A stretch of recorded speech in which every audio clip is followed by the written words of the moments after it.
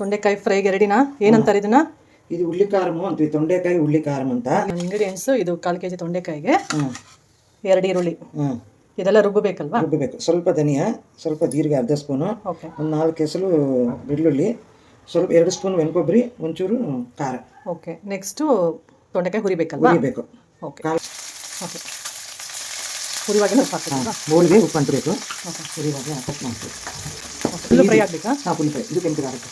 ಹೈನಲ್ಲಿ ಇಡ್ತೀವಿ. ಹೈನಲ್ಲಿ ಇಡ್ತೀವಿ. Okay. Fry ಆಗಿದೆ ಅಲ್ವಾ?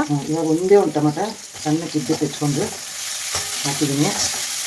ಮತ್ತು ಇದಕ್ಕೆ ಮಸಾಲೆ ರುಬ್ಬಿರೋದು ಹಾಕ್ತೀನಿ. ಓಕೆ. ಟೊಮೆಟೊ ಆಪ್ಷನ್ ಇಲ್ಲ ಅಥವಾ ಹಾಕ್ಬೋದು? ಹಾಕ್ಬೋದು, ಬೇಡ ಅಂದರೆ ತೆಗಿಬೋದು. ಚೆನ್ನಾಗಿ ಹುಣಸೆಹಣ್ಣು ಬದಲು ಒಂದು ಟೊಮೆಟೊ ಹಾಕಿದ್ದೆ. ನೋಡಿ ರುಬ್ಕೊಂಡಿರೋ ಖಾರ ಮಿಕ್ಸ್ ಮಾಡಿ 10 ನಿಮಿಷ.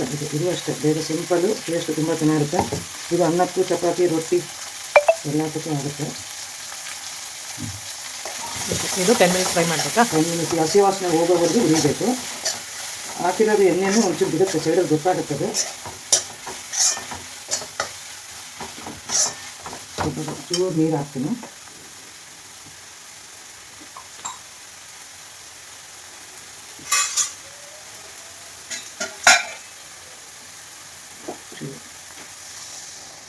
ಗ್ರೇವಿ ಥರನಾ? ಗ್ರೇವಿ ಥರ.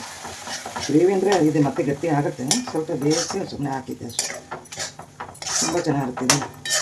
ಇದೇ ಥರ ಬದನೆಕಾಯಿದಲ್ಲೂ ಮಾಡ್ಬೋದು. ತೊಂಡೆಕಾಯಿ ಆಲ್ರೆಡಿ ಮಾಡಿದ್ದೀನಿ. ದಪ್ಪಮೆಣಸಿನ್ಕಾಯಿ, ಹುರುಳಿಕಾಯಿ, ಗೋರಿಕಾಯಿ ಎಲ್ಲ ಬಂಕೆ ಯಾವುದೇ ಅದು ಬರಲ್ವೋ ಆ ತರಕಾರಿಗಳೆಲ್ಲ ಇದೇ ಥರ ಮಾಡ್ಬೋದು.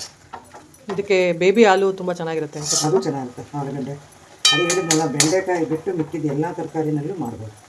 10 ನಿಮಿಷ ಆಗುತ್ತೆ. ಸೊ ಆದಮೇಲೆ ಈ ಥರ ಇರುತ್ತೆ.